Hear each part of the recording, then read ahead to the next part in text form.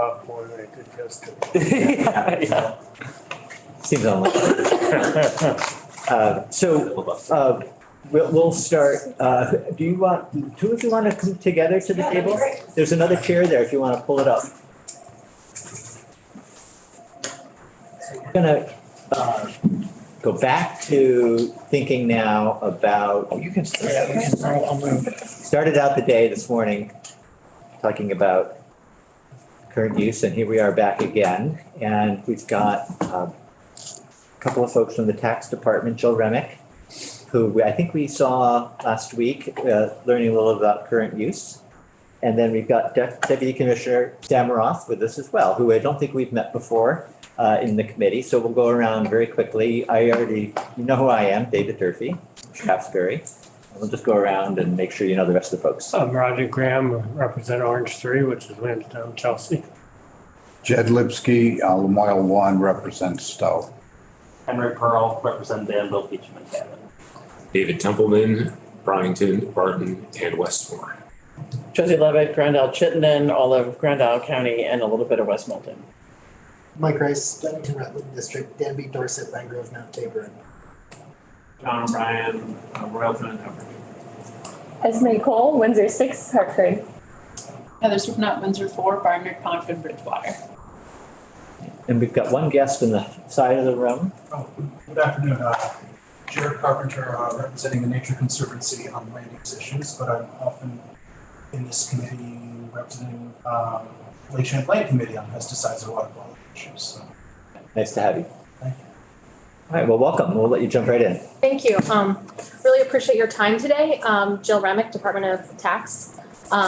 We have a proposal. We appreciate the opportunity to talk through with you folks a little more.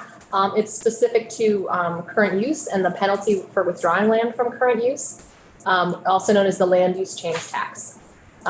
So we'll get through what we can. We're happy to come back and get into it because there's nothing simple about anything related to the mechanics of current use or land use change tax. And I'm sorry, did you want to introduce yourself? Sure, yeah. For the record, Rebecca Samaroff, Deputy Commissioner, Vermont Department of Taxes. So we're going to kind of tag team because there's a lot of aspects to this. But basically, as you folks are well aware, when land is enrolled in the current use program, a contingent lien is placed on the property, and in exchange for that arrangement for eligible properties, the acreage and the buildings that are enrolled in the program are taxed at a different rate. There's a use value for the acreage, and then there's a zero tax for the buildings. This is a highly oversimplified, but I think you folks are a little better versed than your normal bear about current use. So when land is enrolled in the program, like we said, there's a contingent lien placed on the land. If the land is ever developed, then the lien is basically kicked into effect, and there's a land use change tax liability that is due. In a lot of cases, when land is withdrawn from the program but not developed, which is the majority of the cases of property that might come out of the current use program, the liability is established, but it's not actually due until either development occurs or until the landowner wants to remove the lien. Clear as mud, okay. So right now the liability is 10% of the value of that enrolled land, and in the case of a portion of a parcel, it's 10% of the value of that portion valued as a separate parcel. So this was a pretty significant change that came about in 2015. Prior to 2015, there was sort of an aggregated, there was a 20% or 10%, depending on how long you had the property. So our understanding is the policy purpose of that change was to really, and the policy purpose of land use change taxes, to discourage development and fragmentation of parcels in the program. Because however long you're in the current use program, there are significant tax savings. And if you want to remove that lien or get out of the program, the land use change tax is designed to be sort of a disincentive or at least some sort of recouping of those benefits. So when that change was created in 2015, it seems like a very simple piece, but this added a pretty significant amount of complexities, which is the majority of the withdrawals are these portions of a parcel being valued as a separate parcel. So what this means now is if you're a taxpayer, you can't take a guess at what your land use change tax is going to be. You can't, punch in how many acres you want and figure out the proration of your value. Be like, gosh, I guess I'll take out one or two, or maybe I'm not going to take out any. It's created a pretty significant administrative burden on local officials who now have to do this separate valuation. They also now have to hear an appeal for that valuation at the local level. And then there is also a separate appeal now at the tax department. We field a lot of frustrated and confusing phone calls from landowners, from real estate attorneys, from folks who are working with landowners to preserve their land, for folks who are interested in purchasing property or enrolling their property in the program, because they aren't able to understand what that penalty will be if and when they decide to take a portion of the parcel out. So pre-2015, we could kind of take a guess. We could prorate the value of the enrolled acreage and you know, depending on how many acres folks wanted to talk through or they wanted to remove the whole lien, we could provide that. And it was pretty straightforward and clear for landowners to make those decisions. Also, as we've dug into this further, we're realizing that when that valuation happens at the moment it's withdrawn from the program, it can just sit there with the lien on the land for years, and then that value is really stale. So it's not, in New Hampshire, for example, and I think I've mentioned this in here, you're either in the program or you're out. When you come out of the program, you pay that at that moment based on that value. In Vermont, we have this withdrawn but not developed, which is the property is now taxed at full fair market value. It still has the contingent lien. The folks aren't receiving the current use benefits until they pay the land use change tax. And as I mentioned, the vast majority of land that is withdrawn and for whom this land use change tax assessment is assessed are sitting in that withdrawn but not developed. Joe, I think there was a question and just, did you want to jump in now, John, with the question or?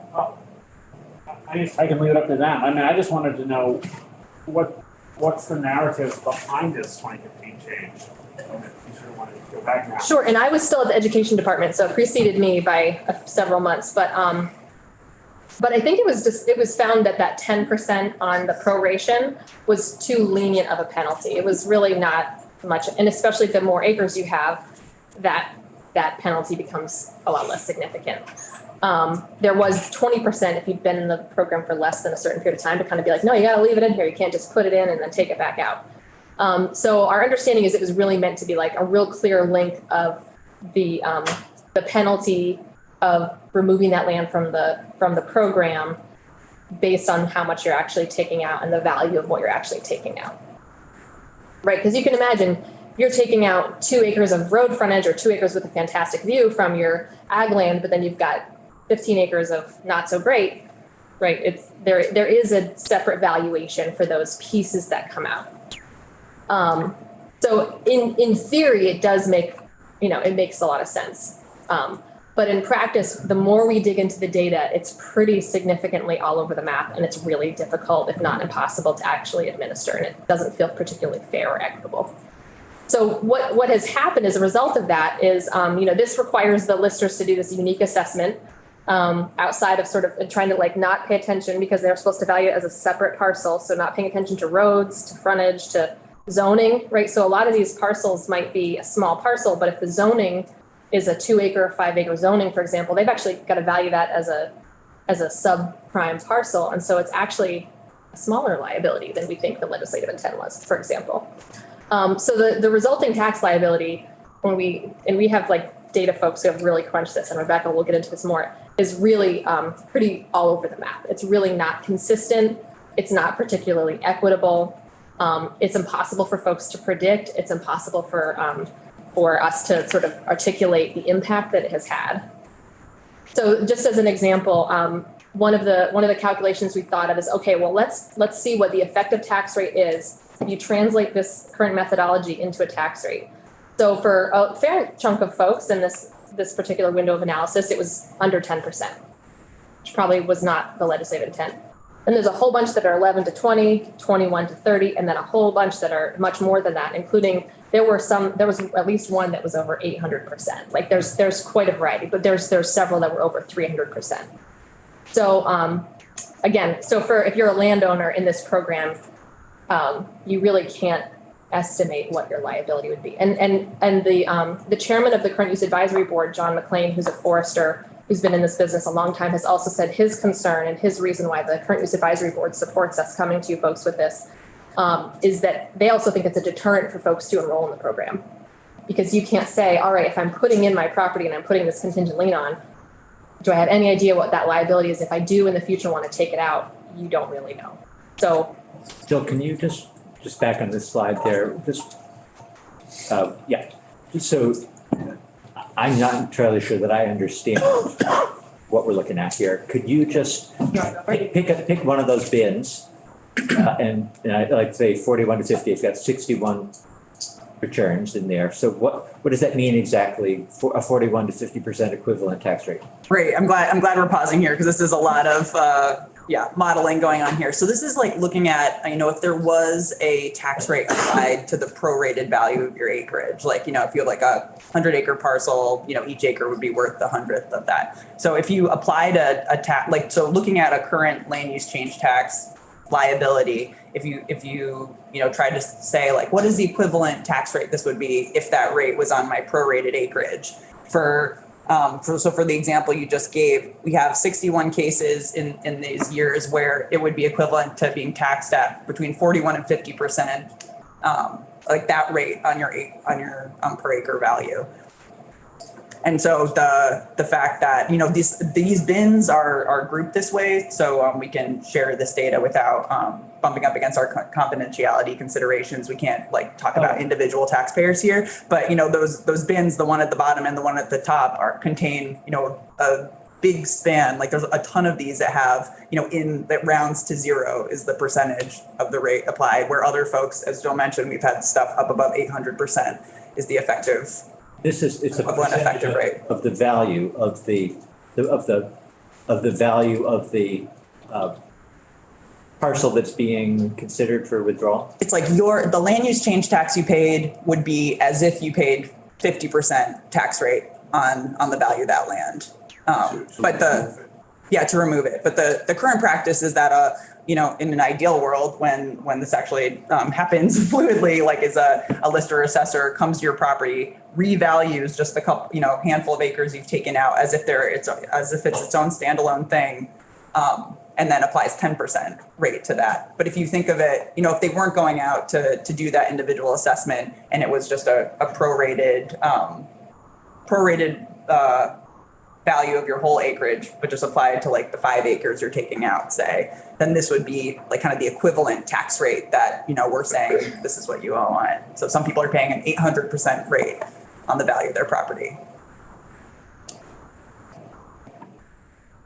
it's a challenging concept to, that's why. Yeah. And I'm not sure if You're doing great. So the critical takeaway here is that there are numbers that are high. I mean, there are 128 parcels down paying a tax rate above 100%. I mean, that's just one data point, and other numbers that are large. Yes, well said. So if this was working the way that it was designed, there would be sort of a cluster of these right around that 10 to 20. And you would expect some outliers, but there are significant outliers that are. So this would be if I took my 10 acres out of my 50-acre parcel and I look at my bill, it would be as if I got my land use change tax rate was, 60%.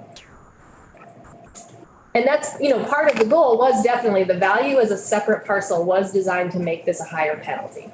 That's my understanding of the reason why this was built that way and we are on the high end as far as other states go, as far as that kind of penalty.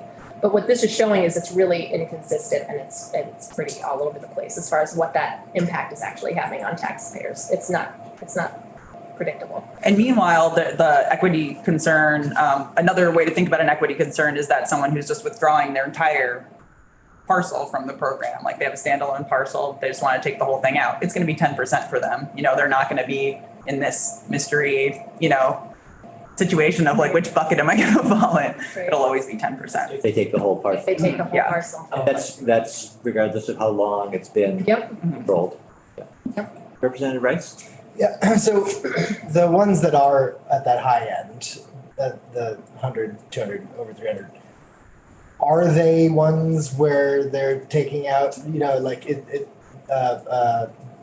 incredible view shed or really, that really high value parcel, or is it not? Is it not working? In other words, is it working the way we want it to, and maybe that outliers are just too much of an outlier, or Right. is it actually? So I think there is definitely like a Venn diagram that, yes, that is how it was intended and that is what's happening. But the more we've talked to listers and assessors, the zoning overlay means that they might be taking that beautiful prime parcel, but because their zoning is 2 or 5 or 10 acre zoning, they actually have to value it much less than it would actually be on fair market.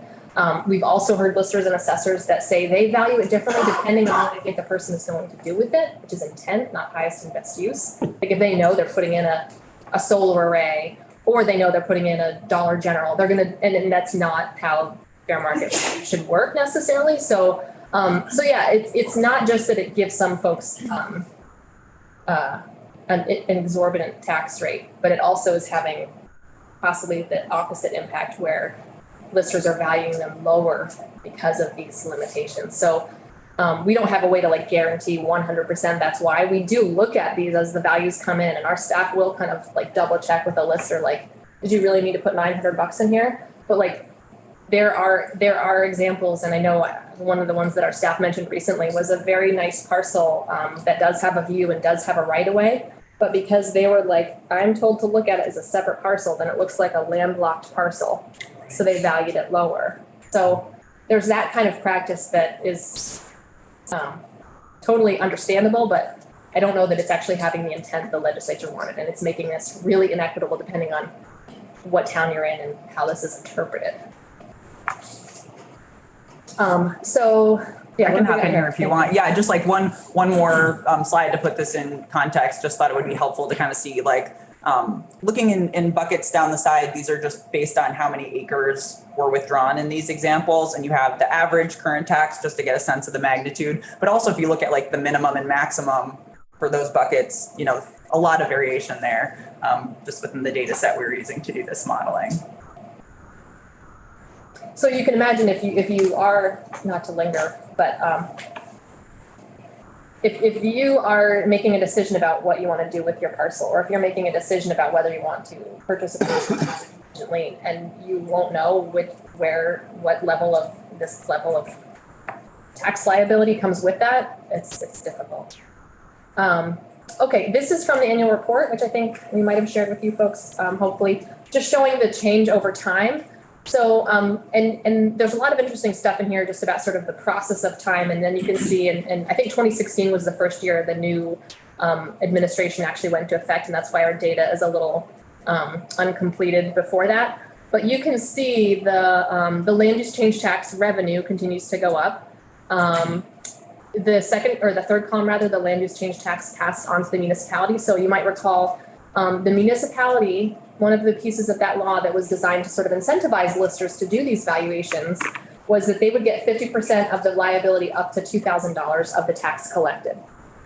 Now you can see the value assessed, and the work the lister had to do is that $1.7 million worth of assessed value. But the lister only gets their share, the municipality only gets their share when it's paid. So a lot of the land is withdrawn but not developed. So it's got the lien and it's got the land use change tax assessed. But until it's paid, the town doesn't get any of that money to help support them doing that work. You can see there continues to be acres developed. And I do want to caution if folks are worried about the program, there are also enrollments that come in. So we're still, the overall program acreage is not changing significantly, but you can see that there is a fair amount of property coming in and out of the program.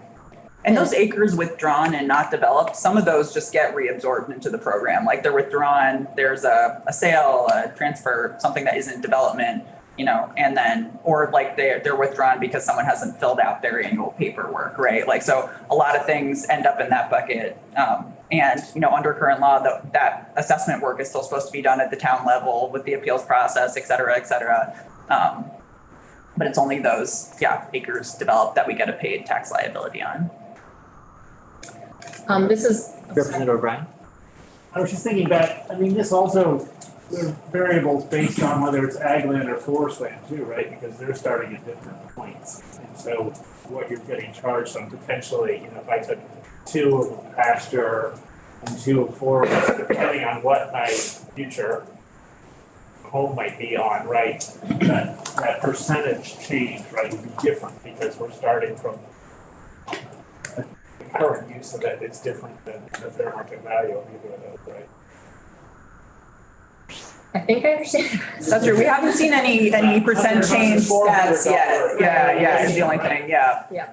So, but I think you're right, different starting points. And just the point of this slide was, you know, the bullet point at the top too, that we don't have any data that shows that this 2015 reform changed behavior. You know, we're not seeing like most of the withdrawals are partial withdrawals. We're not seeing a you know, decline in withdrawals or a stagnation in withdrawals.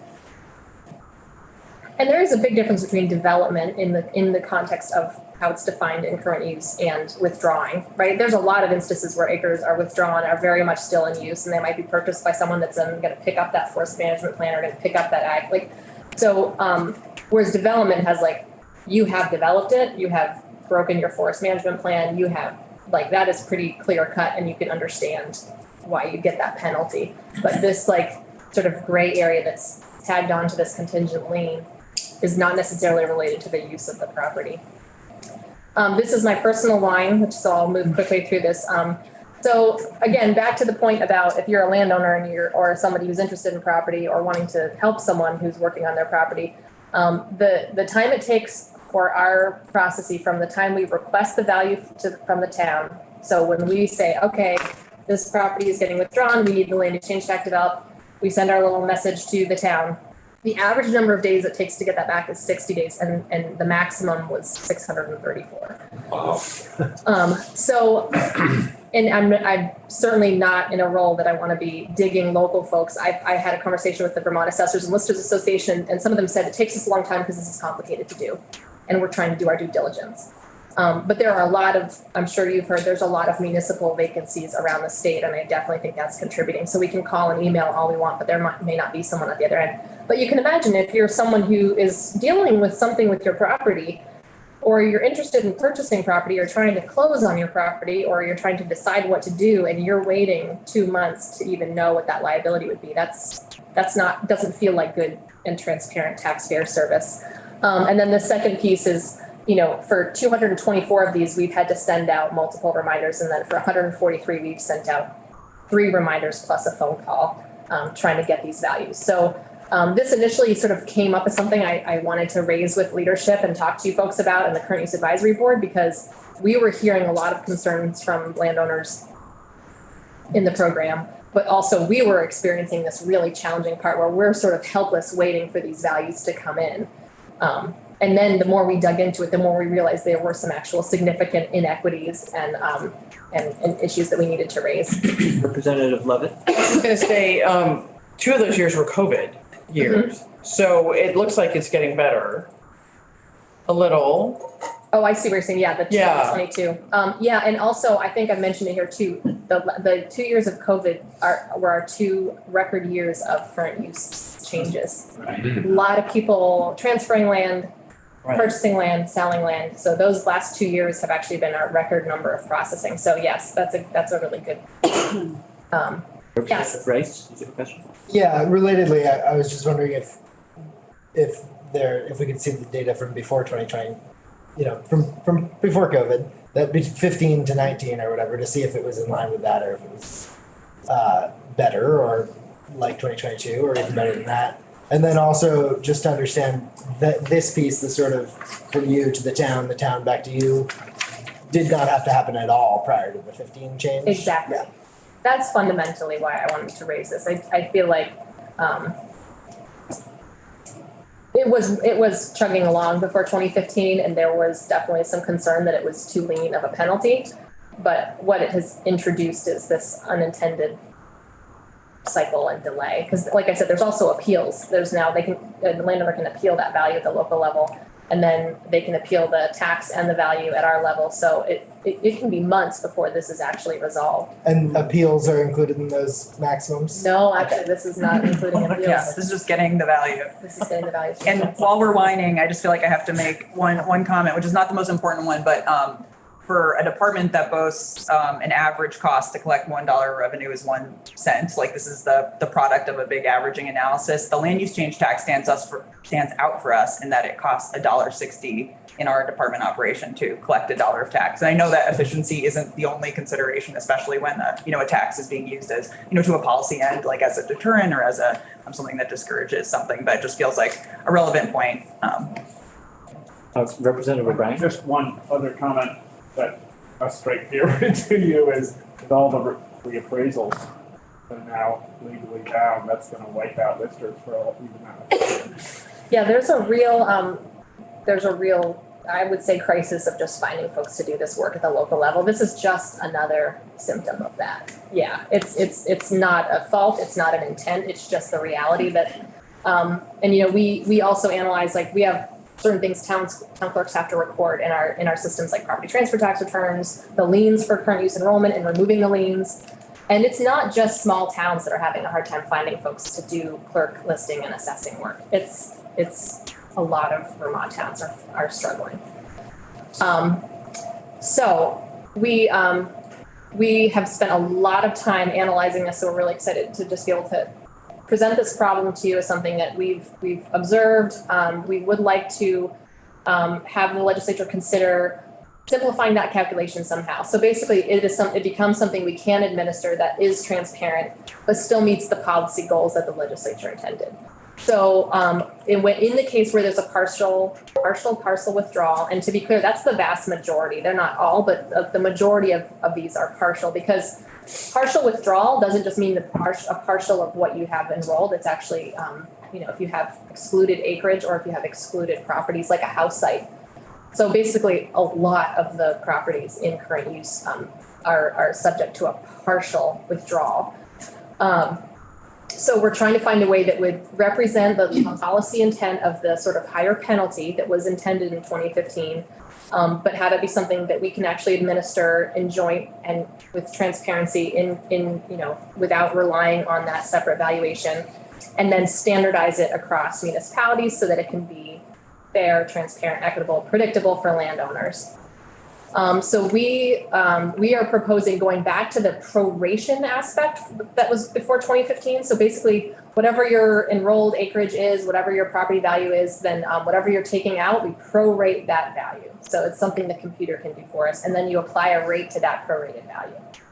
Same way that right now, if you're taking your entire parcel out, it's a 10% penalty.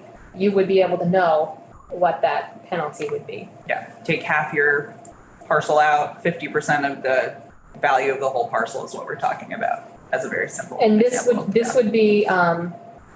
This would be transparent and predictable for landowners. It would eliminate the lister separate valuation, lister separate appeal, delay, but it would maintain the policy directive that we got from the legislature, that the penalty needed to be significant. So there's two major elements, right? So there's the proration that gives us like what we're working with for our base number. And then if the legislature does want to continue those policy implications of having it be a higher penalty, we've actually created a tiered tax rate structure. But again, our tax system could do that for us rather than the lister having to provide that value. And we could provide that those estimates to landowners if they needed it. So again, taxpayers would be able to make an informed decision about their parcels. Folks interested in purchasing the property they would be able to estimate their tax liability even before they enrolled in the program. Towns would not have to do these standalone valuations, which takes significant time and for which they're 9 out of 10 times not getting their share of the money collected. There's actually a software system that they have to do this valuation in. It's the only one that the listers and assessors would have continued to use for land use change tax. So we would actually do these calculations automatically at the department in our software system. And then our proposal is very intent on staying revenue neutral so that the revenue generated by this, because it's not really designed to raise revenue, right? It's 1.7 million. It's designed to be a penalty, but we want to make sure that we are staying true to the legislative intent and having this be revenue neutral. But it would eliminate the subjectivity. It would eliminate these sort of, one-off or unusual circumstances, save hours of time on the lister end. It would provide that clarity for landowners to make informed decisions and for folks who are interested in enrolling in the program to make an informed decision and yet keep the policy goals of the legislature in place. I think I've sort of said all this already, haven't I? Sorry. And we wanted to be really clear. Like I said, this first sort of has come up for the current use staff over the last few years and the current use advisory board because we've seen these problematic scenarios. We are not interested in changing or, in any way impacting the policy implications. We're trying to basically provide something that we can administer that sticks with the policy that the legislature was intending.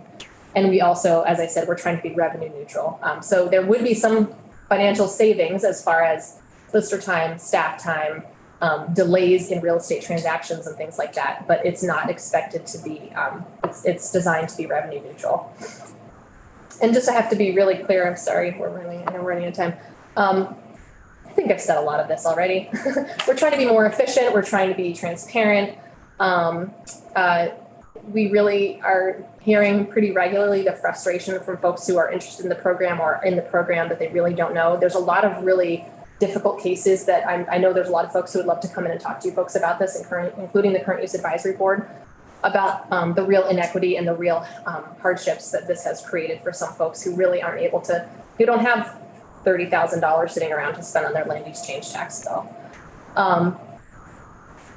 We also, as Rebecca pointed out, it is also inequitable that if you're taking the entire parcel out, you do know that and it's 10%.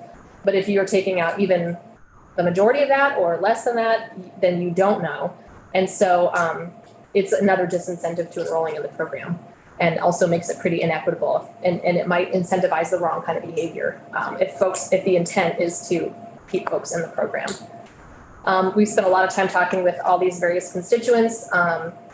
I did have a meeting with the Vermont Assessors and Listers Association. I think I helped a little bit by stating that we would continue the cost share and continue to provide. Our proposal doesn't take that away. We think that's reasonable. It is pretty inequitable because they get the same, they get 50% up to $2,000 of the revenue collected, but the revenue, if it's based on fair market value, is very different depending on what the parcel is and what the town is. But it costs the lister the same amount of time and energy in Derby as it does in Charlotte, but right now that doesn't factor in. But they want to make sure that that they actually, a lot of the listers and assessors that took this morning really would like to have it be something that you're either in or you're out and you're figuring it out at the time of change, because they also have to track that stuff. But I digress, and I think they'd love to come and talk to you about that. And as I mentioned, we spent a lot of time with Forest Parks and Recreation, Agency of Agriculture. They're very supportive of doing something to address this inconsistency, transparency, predictability. I think we're throwing out some tax rate ideas for conversation. And they just want to make sure that we're incentivizing the right kind of behavior, but they're very in favor of you folks having this conversation. Same with the current use advisory board, which is made up of gubernatorial appointees, commissioners from the 3 agencies, listers, assessors, foresters, farmers, quite a great range of folks on that board as well. Do you want to? Yeah, I think we got time. Yeah, so we'll have a really brief time to talk about like the nuts and bolts of the proposal, and would love to come back and get into the weeds more with you guys.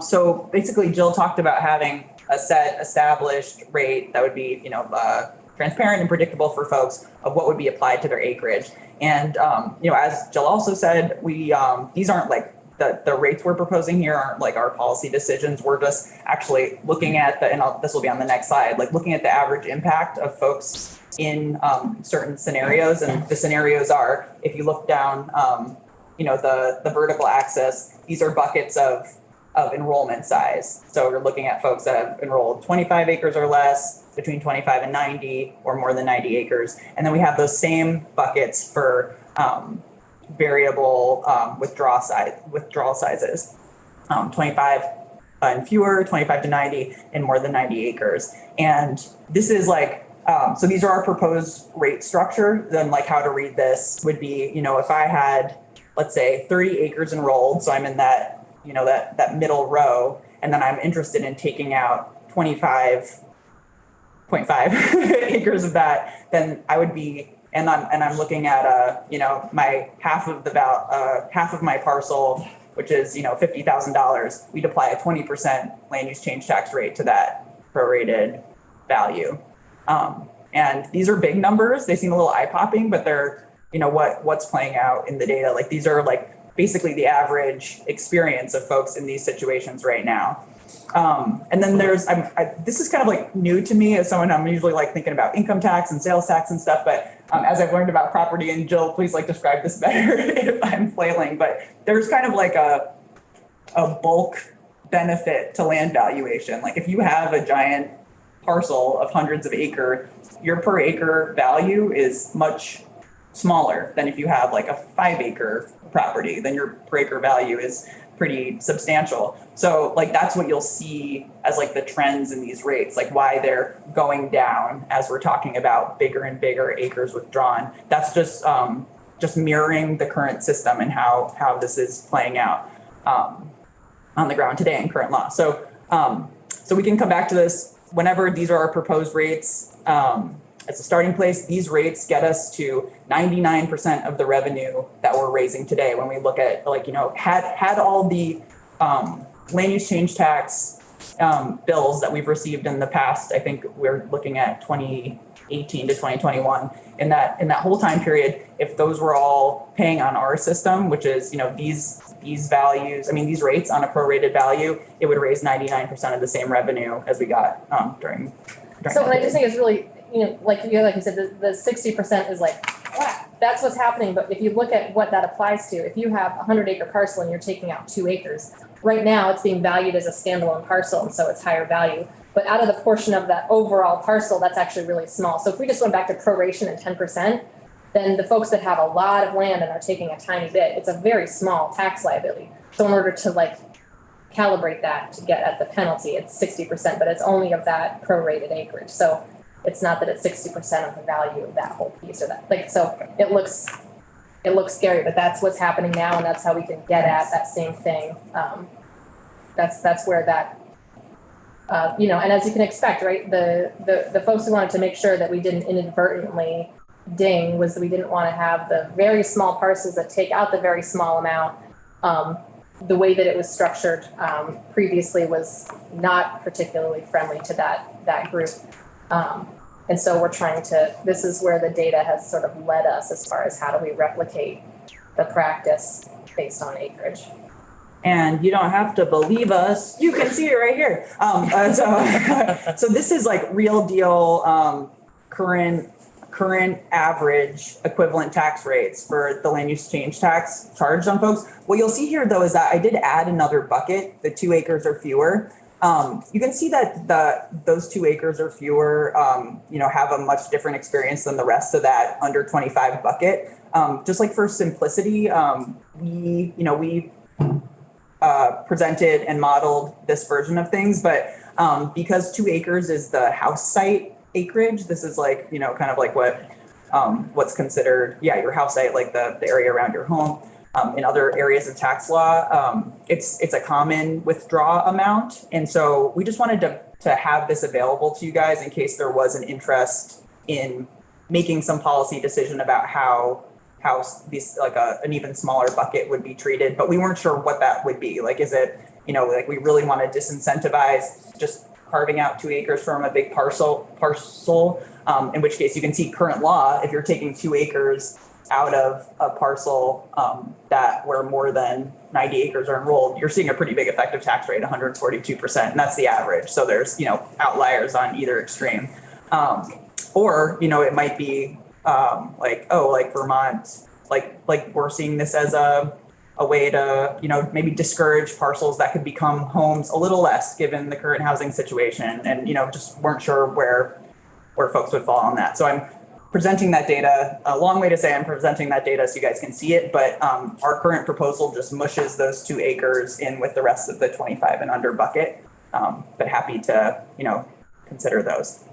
So we let you, got one more slide. Why don't you go ahead and wrap it up, and then we'll take questions if we have time. Okay, so here's where we get to tax changes. I think this might be like the juiciest slide. So we have the top graph here shows our current land use change tax charged by parcel size. These are an average current land use change tax. Again, these averages represent the average between like very wide arrays within all these buckets. So you can see this on the top is current law. On the bottom is our under our proposed change.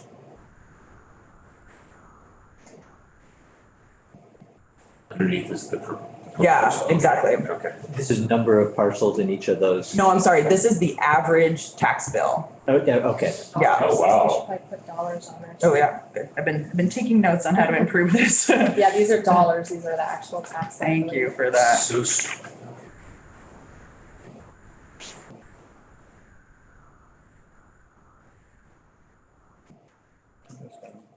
So a lot to digest on this one alone, and happy to flip back to some of those other.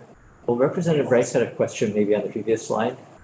Yeah, or all three of these last. Yeah. I'm just wondering, since this is something that would be done by a computer, is there a reason for having buckets instead of just a continuous scale? I think so a big issue that we're trying to solve here is the transparency for the taxpayer issue. I could speak for too long on this, but service is a huge piece of our department's mission, core values. It's one of our core goals, and we feel that being a service-oriented tax department means that it is our key responsibility for people to understand their tax liability. In a tax system that's 97% based on voluntary compliance, the biggest hurdle to folks voluntarily paying tax is not understanding what their tax is. So that was a really key issue we wanted to solve, and that's why having a table like this where you can say, okay, I got 50,000 acres enrolled, I want to take out 25. I'm just going to look at this and see what my tax is. That felt really important to us. Okay.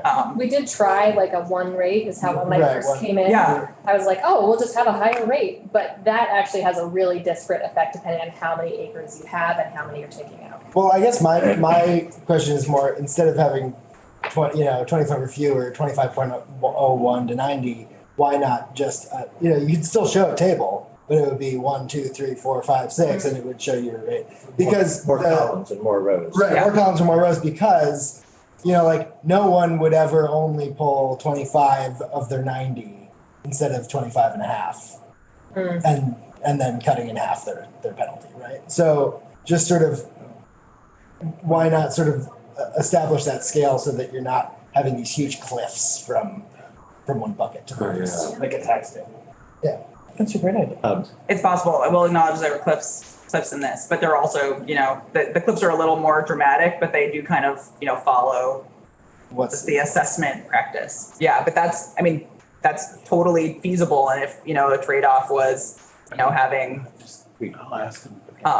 having a little less clarity, but still getting out of this untenable administrative, situation, we'd be happy to explore those options. Yeah. So I think we're going to have you come back anyway. Yeah. Right? Thank you, by the way. I'd love to spend so much more time on this.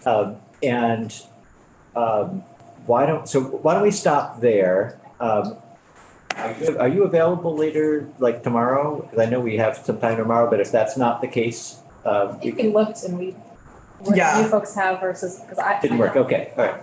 Well, we'll try to get back in as soon as we can so that we don't lose the thread and so that things don't, get bogged down too much. But That'd be excellent. just because we have to be out on the floor with our bill, I want everybody to be wondering where we are. Really appreciate it.